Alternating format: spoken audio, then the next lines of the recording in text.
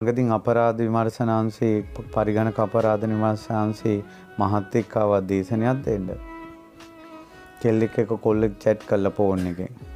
ඒගොල්ලෝ කියලා කාමරයකට එන්න කියලා කාමරයට යනකොට තාත්තා ඇවිල්ලා තාත්තා එදුවයි. අර Facebook එකේ ඊලන්දාරියෙක්ගේ ෆොටෝ එකක් දාගෙන කඩවසන් සුදු කොල්ලෙක්ගේ අර කෙල්ලෙක් එක්ක chat කරලා. අර කෙල්ලත් chat කරලා තියෙන්නේ වෙන කෙල්ලෙක්ගේ ෆොටෝ එකක් දාගෙන. අවසානයේ දෙන්න කාමරයට යනකොට තාත්තා ඉදුවා. ওই මිනිස්සු කොහොම ගෙවල් වලට ආවත් දන්නේ.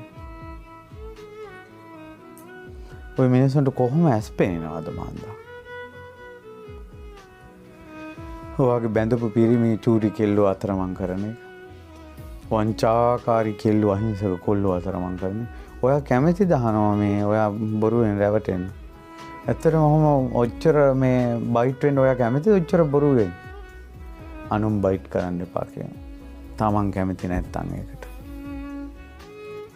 ඒ බොරු අනිත් අයට දෙන්න එපා කියන. ඒ වගේ අනිත් අය සමාදම් කරන්න එපා කියන. අන්න ඒ විදිහට තමන් බොරු කියන්නෙත් නැහැ. බොරු කියවන්නෙත් නැහැ. බොරු කියන්න අනුබල දෙන්නෙත් නැහැ.